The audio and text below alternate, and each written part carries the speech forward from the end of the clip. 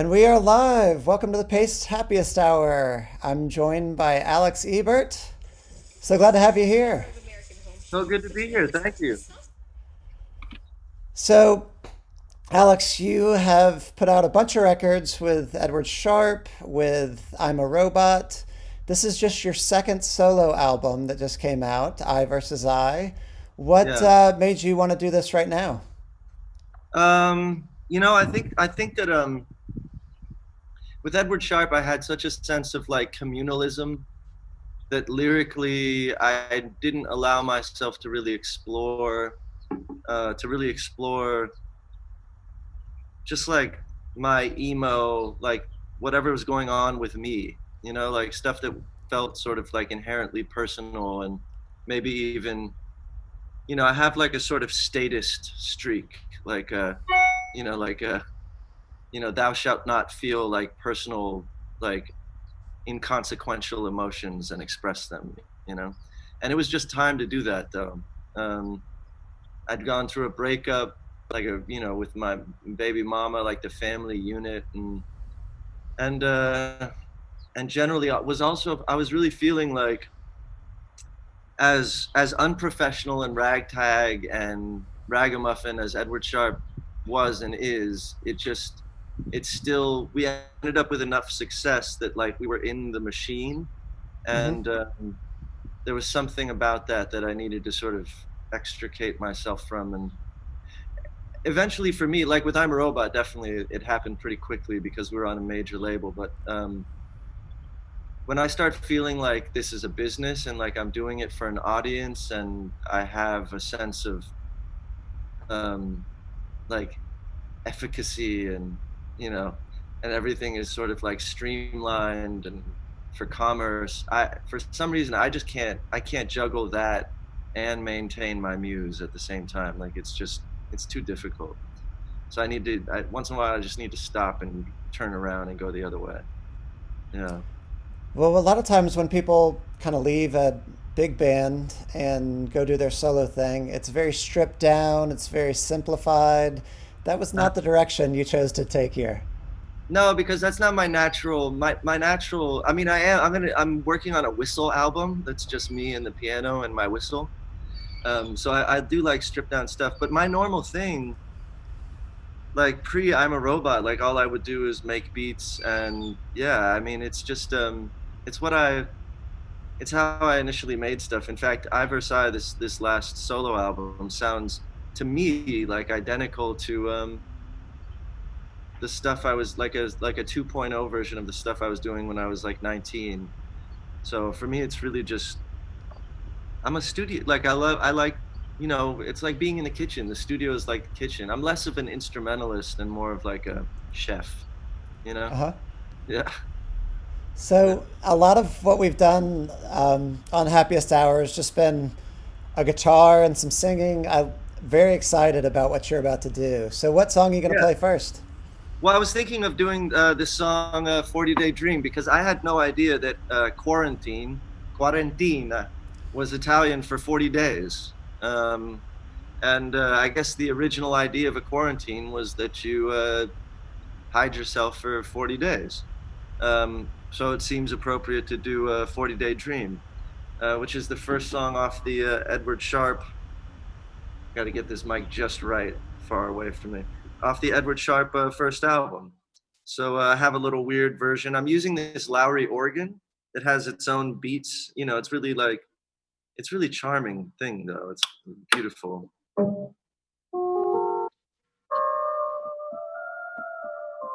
Okay, so 40 Day Dream. Let's try it.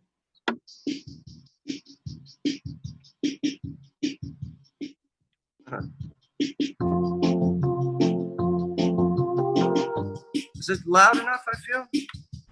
Yeah, Okay, you hearing it? Okay. I hear.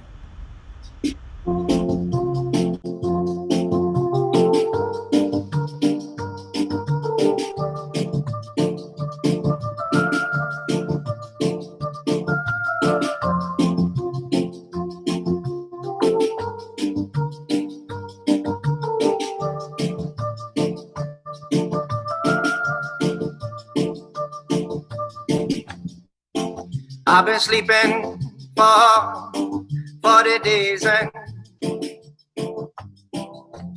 I know I've been sleeping 'cause the dreams too amazing.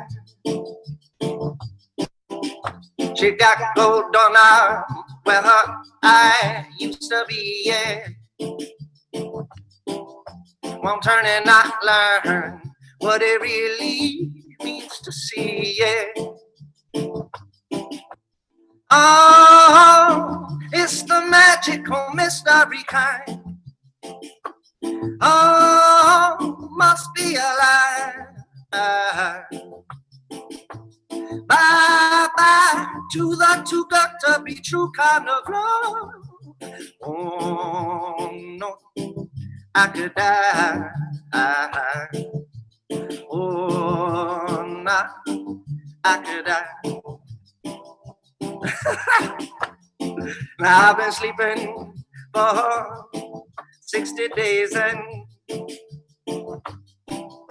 nobody better pinch me. Bitch, I swear I go crazy. She got gold on now. She got sunset on her breath now. I inhale just a little bit. Now I got no fear of death now.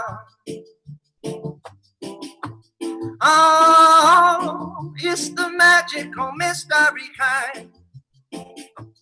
Oh, must be alive.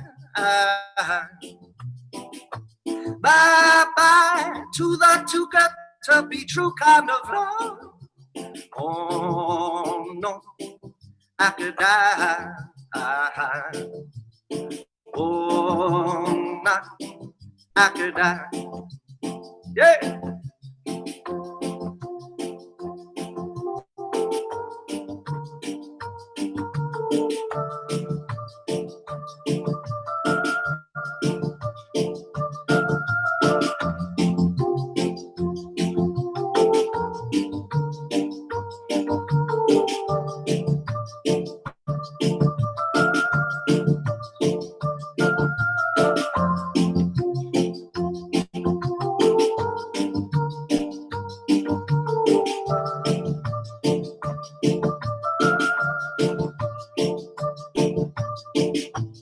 Oh, it's the magical mystery kind. Oh, must be alive. Bye bye to the too good to be true kind of love. Oh no, I could die. Oh no, I could die. Oh no, I could die. Oh no, I could die. Woo! Woo! Close one, man. Barely finished that. That was fantastic. Yeah. I know the lyrics aren't super sunny, but the vibe of that is just happiest hour. That was great.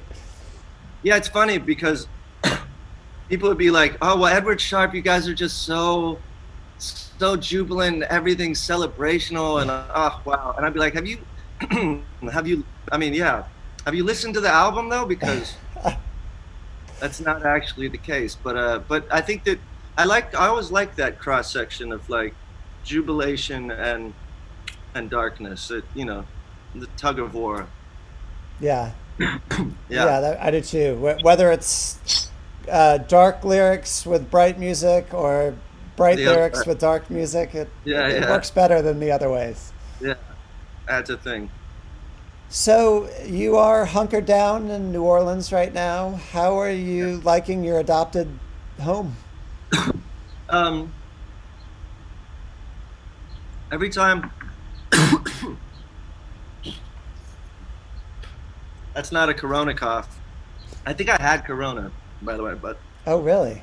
Yeah, I think my kid had it, and I had it, and her mom had it. She had it for sure. But swallow some. Every time we would come to New Orleans, got like a hair in there or something. Every time we'd come to New Orleans, I almost came to college here, but every time we would come here on tour, I'm from LA. Like every time I see something fantastical, I'm like, where are the movie cameras? Like I'm just so used to the idea that everything is fake. Like going to Universal City Walk, and that's my sense of like, oh, what a New York City was like when I was 13, was like city, like this fake city. Um, and and when I would come to New Orleans, I just had to keep pinching myself. I remember when I was a kid, I always remembered Pinocchio and the island of whatever that like treasure, whatever that island was they send the kids to. I always remember that being like my idea of like the perfect like town, like where you playing pool and you're drinking and yeah, everybody turns into a donkey, but before that, it's great, And every time I'd come to New Orleans, I had this sense that I was in some Disneyland, but then the more we come here, the more I just realized this place was real. And so about 9 years ago, I remember I saw a to rent sign when we were here, and I just called it up, and they're like, "Oh yeah, Tennessee's place. Well, the desk he wrote Streetcar is still there." And I was like, "My mom's an actress," so I was like, "Tennessee Williams?" And they're like, "Yeah." I was like, "What? This is crazy!" Like I just randomly called Tennessee Williams' place to rent, and then we were having a kid, and she didn't want to raise Eartha, our daughter, in LA. So I was like, I got the city for us. And we came here, and for me, New Orleans is,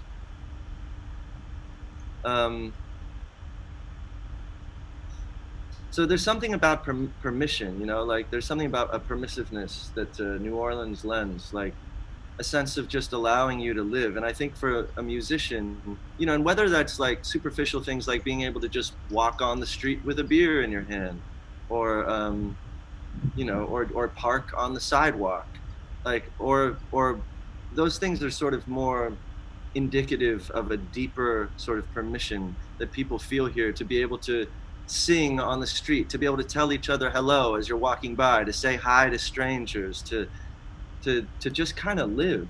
And the city has that.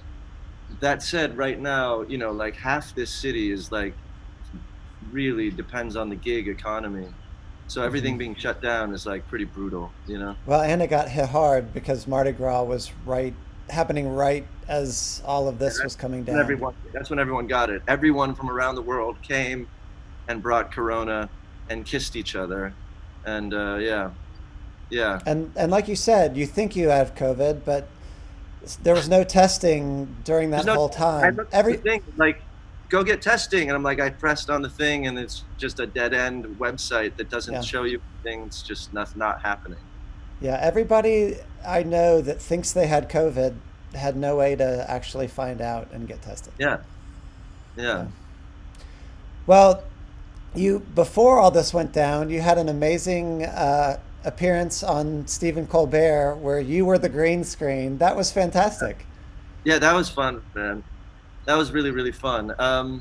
Maybe I should play that song. But yeah, that's it's been really, what's been fun about this album, and when you're operating sort of on your own, you can come up with these ideas, and there's no, and the only people we really had to convince was the Colbert people. And that was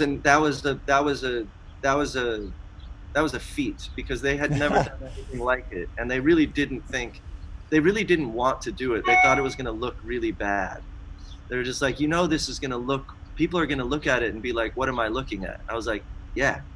That's the point. That's the point. So I had to, the Friday before the Monday, we had a group conference call, and the director was like, started off just like, okay, so this just isn't going to work.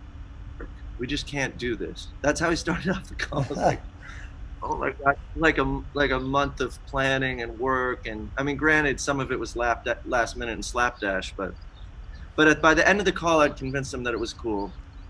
And we did it. And Colbert wore a green tie, like a green screen tie. I don't know if he knew, or he did it on purpose or what. Um, but it was really fun to to get that involved in sort of the presentation of something. I'd never done that. To wear like a mic, like one of those Britney Spears mics, and have my hands totally free. And yeah, it was pretty wild. Well, I've Yeah, always appreciated that about what you've done with whatever project you've been working on, just sort of pushing those limits. But we'd love to hear that second song. yeah. Let me try. We're only doing two songs, yeah. Yes. Okay, in that case, yeah, I'll try to do Stronger. Let me see if I can figure this out.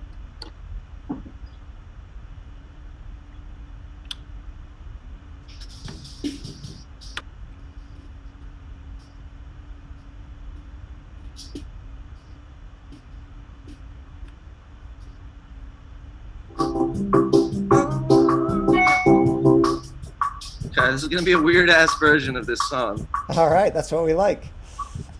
All right, let me see if I remember the chorus.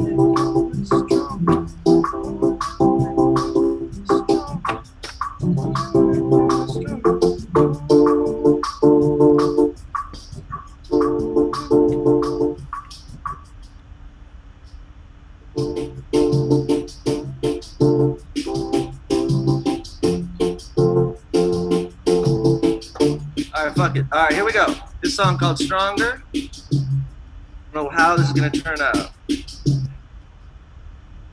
Oh, you're making me stronger.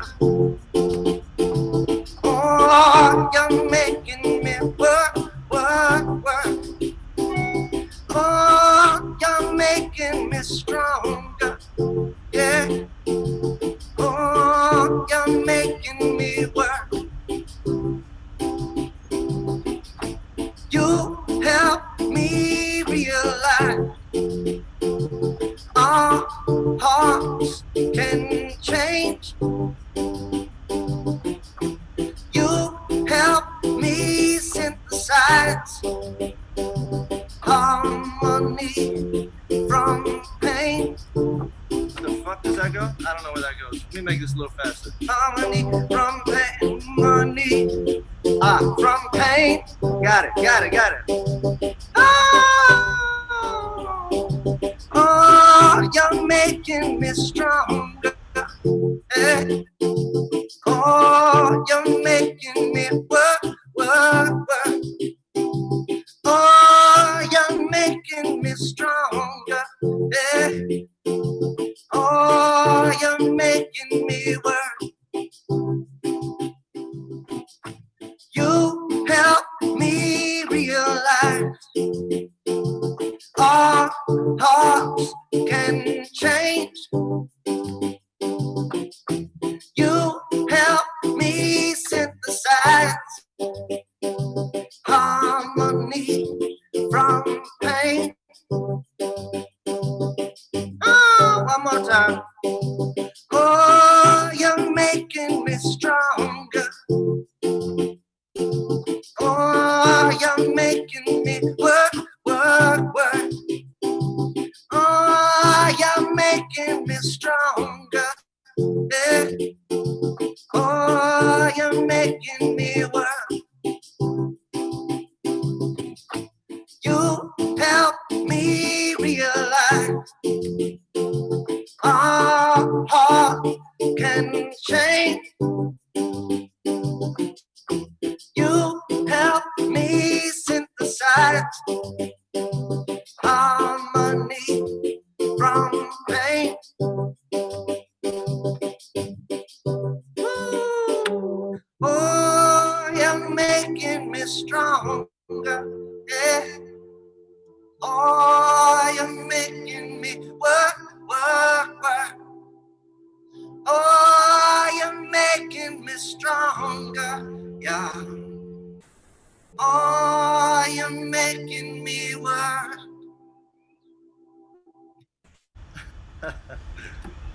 Woo! Thank you so much. This has been so Yeah. fun. Yeah, that was fun.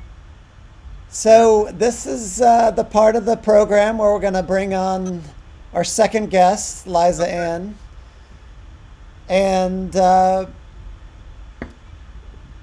she Hi, is. what's up? Hey, Liza. Alright. I was just watching I was watching you play your song right before and I like heard it enter me into the room and I was like, "Oh no." I'm like still watching. You sounded great. Here's- I'm like the yeah. Hell yeah. cool. So, this is the part of the program where we raise a toast. We Uh, take turns raising a glass to different people. And before we do, Alex, I want to hear a little bit about Avalon Village and oh, what you great. guys have been doing there. Yeah, I would love to. I'm going to raise my toast to Avalon Village then. So about Jesus, 7 years ago, 7 years ago, Detroit was going through a thing, and I'd been really into the idea of community land trusts. I'd been introduced to the idea when I was like 20 in LA. There's a place called the LA Eco Village, and essentially it's this concept where you pool together land, and it doesn't have to be contiguous, but it's just like properties that want to pool together and put everything in a trust. And what that does is allow sort of low income rent and allow people to have businesses and whatnot that won't be uh, molested by the speculative real estate market. So if an area blows up, usually it's areas where artists have put in a lot of effort to like, and they don't own the land, but they've put in the effort, they've painted the places, they've made little shops, and then suddenly, place money comes in and they get moved out. People of color, artists, all that. And so the idea was to find places that are at risk for essentially gentrification and help them buy the properties that they're sitting on or that they're renting, and then pool all that property together into a trust so that they never have to leave if they don't want to. And so that people and the artists that sort of helped create a place and make it what it was, made it the colorful place that it is, can actually still continue to thrive there. And I think that it's important. I think in some ways it's one of the most important things I've ever done, because um, yeah, I don't know. It's you know, income inequality really speaks to so many of our, society's issues. So anyway, specifically to Avalon Village in Detroit, this incredible woman, Mama Shu, I found her down there. She found me. We found each other. She had the exact vision that she wanted to do there. It was called Avalon Village. She lived on Avalon. She had the whole thing. She was already doing all this stuff for the community. There were no street lamps. All the schools had been shut down. Kids had nowhere to go. So she had this vision where she wanted to create a homework house and playgrounds. And she was doing something called Hood Camp, where she'd bring the kids together and have them pretend like they were outdoors in nature and hide like food around, like go bobbing for apples and look at the stars and sleep under the stars and have tents and get an experience of what it's like to not be in Detroit or to go out in nature. And then yeah, it's been really beautiful. It's been a really long process because it's tough. Like, we had a solar street light put up because there was no street light, and there was a giant like 15-foot hole that was 30 feet deep that kids were just skating around. Oh, wow. We put a street light up and some cones, and we got sued by the city for not like getting permission, but like the city wasn't taking care of anything. So it's been really tough, like taking initiative is something that like the powers that be don't want us to do, but we did anyway. And eventually we have people like, eventually we brought them around, and it's been an incredible experience. Yeah, she was on Ellen.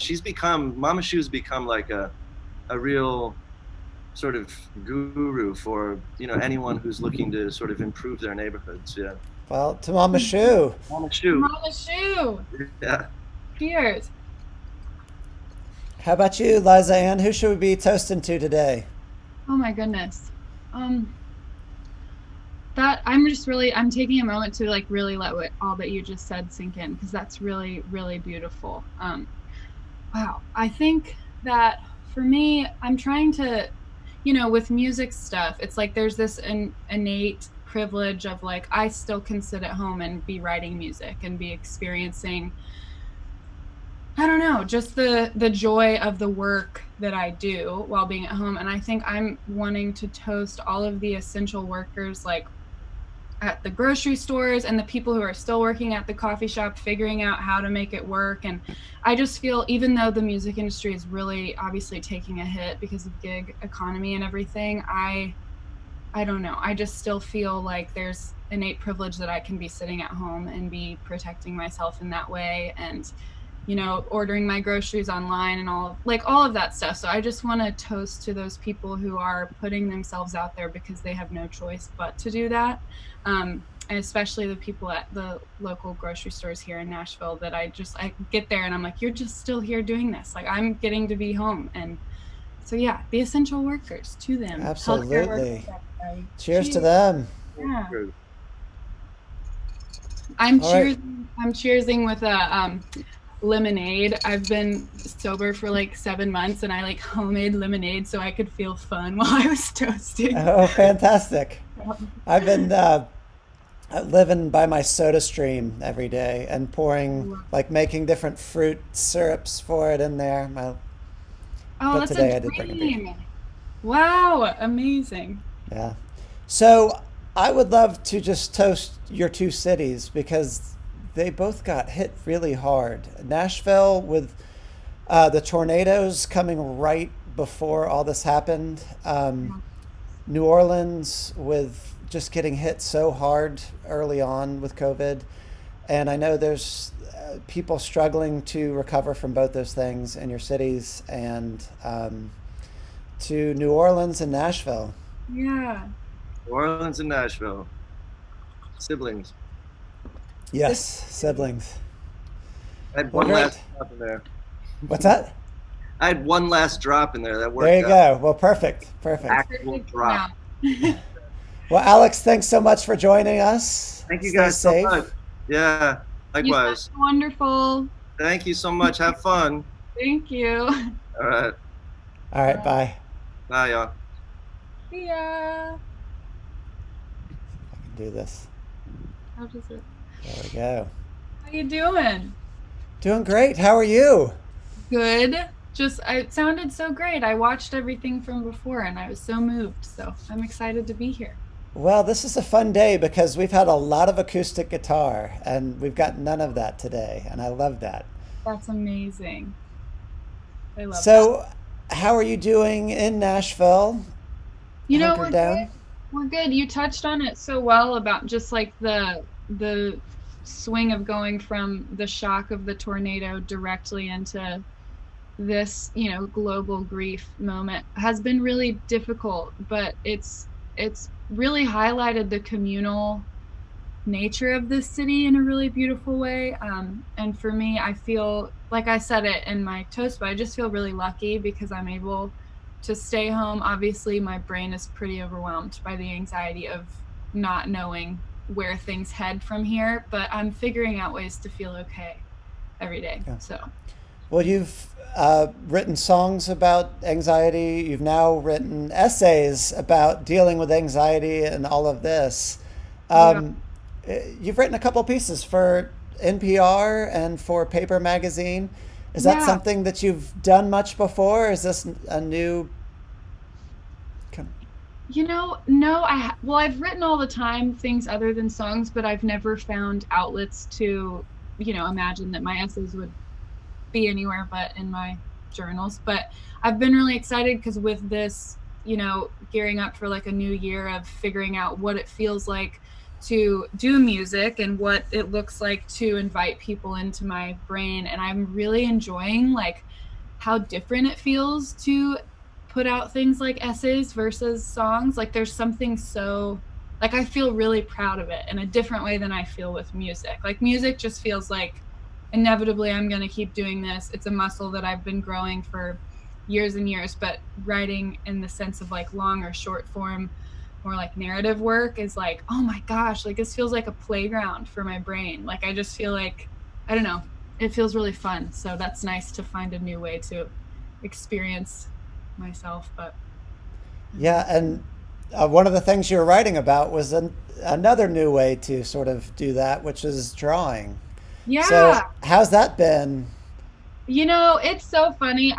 It's fine. Like I draw a lot every day, but I wouldn't say like even just the art of learning to do it is giving me something really fun to think and do. Like I'll just be like, even sitting right here, I'm like looking at this view of like my computer on top of an art book and my undone laundry in this chair, and I'm like, my brain automatically, since learning and making myself draw stuff, it goes like, ooh, I wonder how I could make that look real on a piece of paper. Like my brain is just collecting details in a new way, which I don't know if you ever practice any sort of like meditation or grounding method, but so much of getting outside of an anxious kind of spiral is like grounding yourself in a present moment. And for me, drawing isn't like, what am I looking at? It's like, oh, there's one corner of a chair I'm going to figure out how to make look this way. And there's, I don't know, it's like almost catalogs it for me in my brain. So I haven't been doing it for the last few days, but we're fine. Uh-huh. Yeah, it's okay. But I read that and I thought, "Ah, I need to pick up my paints again because that for me is an outlet that feels like it's just for me. Like for you as a songwriter, when you go and to do your art, there's this pressure of the audience that's eventually going to see it. Or maybe that is for you. I know it would be that way for me with writing for, a big audience. But painting is just for me. Nobody's ever going to see it. And it's this pressureless art form that I don't know. There's something different about it. Is that part of it for you with drawing? I think so. That's how it started that way. I was just like, I was sitting around and just ordered a thing of, watercolor paper postcards because I really love writing letters. And I was like, you know what? I'll just send people letters of like pretty colored postcards. But it just started so, I love how you put that. It's not performative, It's not like I'm wondering how this will go over in a room full of, it's none of that. It's just there. It's just easy. And I love it because it's almost made me rediscover and re-fall in love with that part of art in general. So with songwriting too, it's like, it's doing it a disservice if it's performative before it's on stage. Like it shouldn't be. It should just be itself. And it everything can turn into however it's supposed to turn into, but the initial making stage should be pretty free. Yeah, absolutely. Well, I'm excited to hear your songs today. What are you going to play first? Ooh, I'm gonna play Desire, and I'm gonna turn my guitar on because that would make it easier. All right, ready? Can you hear me? Okay, cool. Yeah, this song is called Desire, and we recorded it this last summer with a friend of mine, Justin Meldal Johnson, and my band, and we flew out to LA, and it was this song and Devotion as well were the first things we recorded just live as a band, and it felt so good. So it's a little tidbit.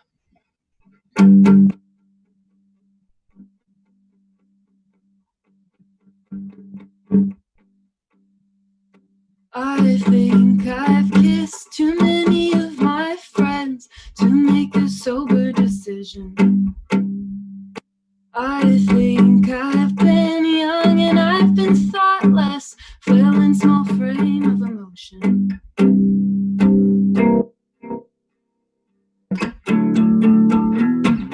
I think I'm starting to feel it. I'm only living when the sun goes down. I think I just need a minute. Just give me some space and I'll figure it out.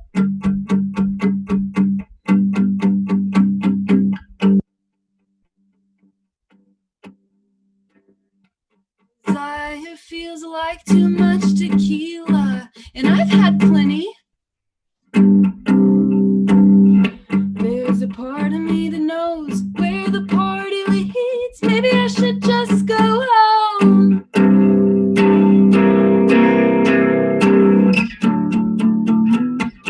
I think I'm starting to feel it. I'm only living when the sun goes down. I think I just need a minute. Just give me some space and I'll figure it out.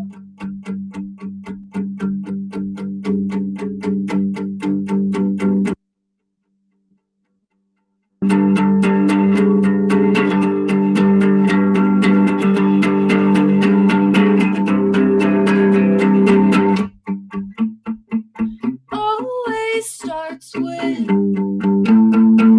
good intentions.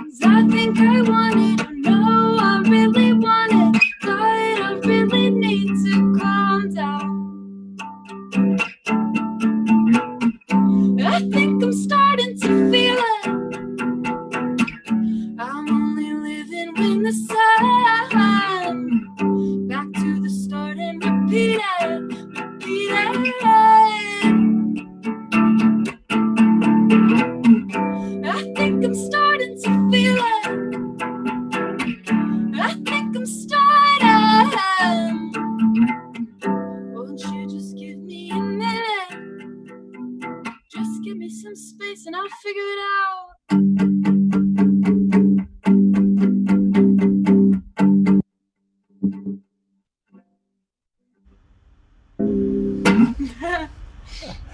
Awesome. Yay. Oh, that's so great. Thank you. Thanks for doing that. Of course. Thanks So you've got a few new songs right now. It's been since your 2018 last release. You writing a lot? You getting ready for an album? Is there something coming down the pipe? Oh yeah, man. There's always yeah, it's been really fun to just start releasing music again, because truly when I made Fine But Dying, I was still in such a flow of writing all the time. So a lot of the songs that I've been putting out, I wrote like 2 years ago. So it feels really great for my brain to just be like, oh, finally, out into the world, go fly. Oh, that's great. Well, I've loved the new songs. I'm very excited about what's coming up here. Thanks. So, you grew up in Georgia, where I'm from here, St. Simon. I'm not from St. Simons, I'm from Atlanta, but the move to Nashville, I mean, that's when you live in Georgia and you want to play music, Nashville seems like an obvious choice, but how have you enjoyed your adopted home? I really like it. I think it's every time I try to leave or move somewhere else, at least in the last, because I've been here for 8 years, and each time I gear up to be like, okay, I think I'm going to move to New York, or I think I'm going to move to LA, or I think I'm going to move wherever, my roots here just become so much more apparent in a really settling and comforting sort of way. I think that when I moved from St. Simons, like I grew up in the smallest town, and moving to Nashville really quickly, I was like, oh, this is also kind of a small town. I don't know if this is what I want. And every time I try and leave, I'm just opened up to how large and amazing the community of people here is. And so I really like it. It's like it's grown on me, but not in the sense of I didn't like it when I first moved here. Like I loved it, and just every year it becomes a new version of loving it. Like as I grow, it grows, and my community here grows, and I'm really proud of the people I'm surrounded by. So it feels like really nice to be here. For a music scene, I don't think there's anything like it. The friends that I have in Nashville who play music or produce music speak of just that you use the word community, but just the network of friends and people supporting each other and going out to shows to lift each other up. I think that's so important for any kind of artist. But right now, that's hard with everybody sort of sheltering in place. Have you been able to keep those connections going and feel like you still have that network of people around you? Yeah, it's really amazing actually, because so my boyfriend Josh and I live together, so that's like automatically, he's in my band, also does his own music and video stuff. So we're kind of like, our home life is very creatively stimulating, and also one of our best friends lives less than a mile walk from our house. So we've done little like socially distanced porch hangs and had people over to like sit 10 feet apart from each other in our backyard, and like it feels like it's just renewing a sense of community that exists outside of us all touring and making music, which almost feels like it's deepening those connections, because those connections, like they're no longer reliant on, oh, we have a shoot this week, or oh, we have tour for a month and that's why we'll see each other. It's like returning things back to the sense of like we're checking in on each other because we love each other, not because we have work to do, which feels I don't know, really nice. That's fantastic. So, Well, one thing I ask most of our guests on here is, what is that piece of art, whether it's a TV show, a book, other albums, that is getting you through this time? What would you recommend to the audience out there? that's that's such a good question.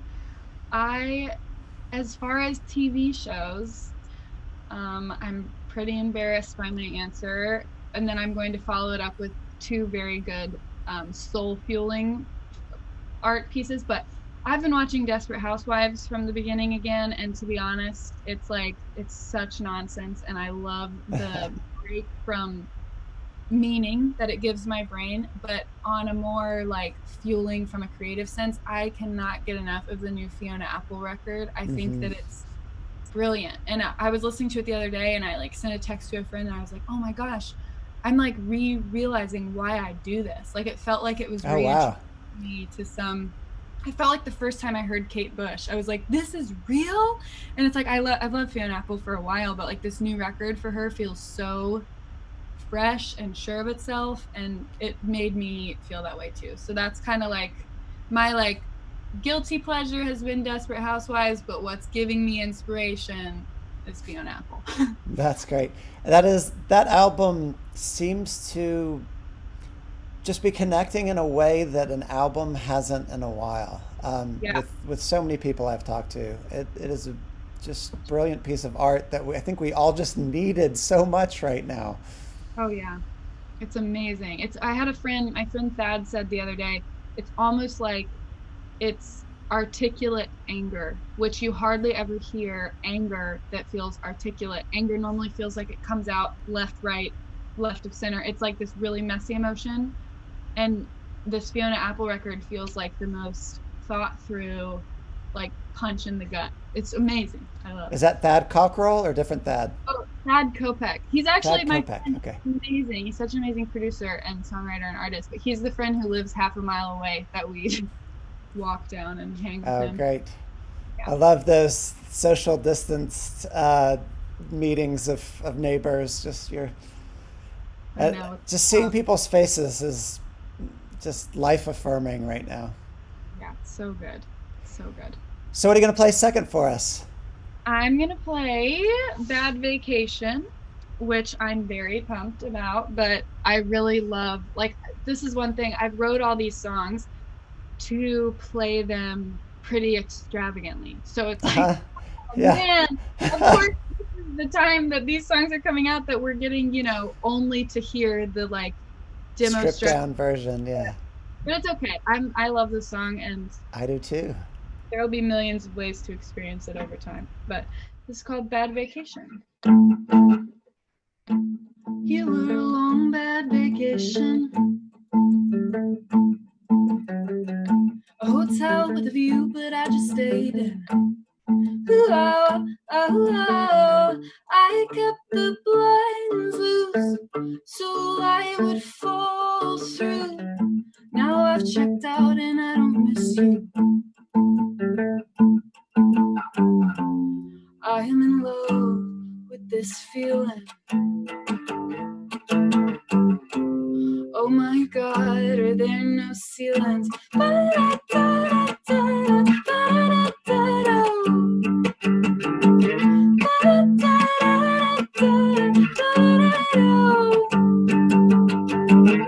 I needed sun and a soft breeze. Ooh. You were like sand in my ice cream. It was a long trip to see the same shit. Finally made it home and I'm unpacking. I am in love with this feeling. Oh my God, are there no ceilings?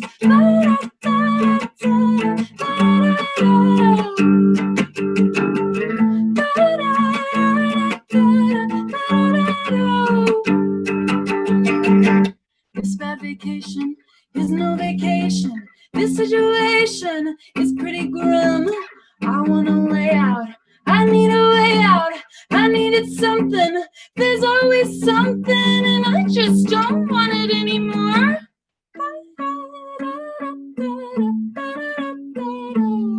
2, 3, 4. I'm in love with this feeling. Oh my God, are there no ceilings? Ooh, and I am in love with this feeling.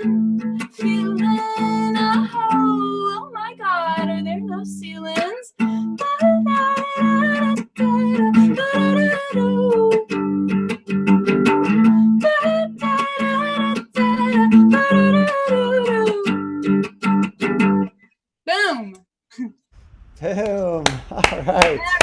is. I love that song so much. I've had literally had that song on repeat. Thank So you. you've got a just wonderful song that's out there in the world, and people can hear the full version. That was such a cool version of it. Thank you. Thank Thank you you so so much for much. doing this. Yeah, thank you for your amazing questions and thanks for just this space, carving out this space. It's really nice. It's been the thing that's kept me sane these last couple of weeks. It's so good to just connect with people once a day and catch up and hear what's going on in people's lives, but and to hear amazing music. So thanks for sharing that with us. Yeah, well, thank you so much. I hope you keep, finding little ways to feel good. Yeah. You too.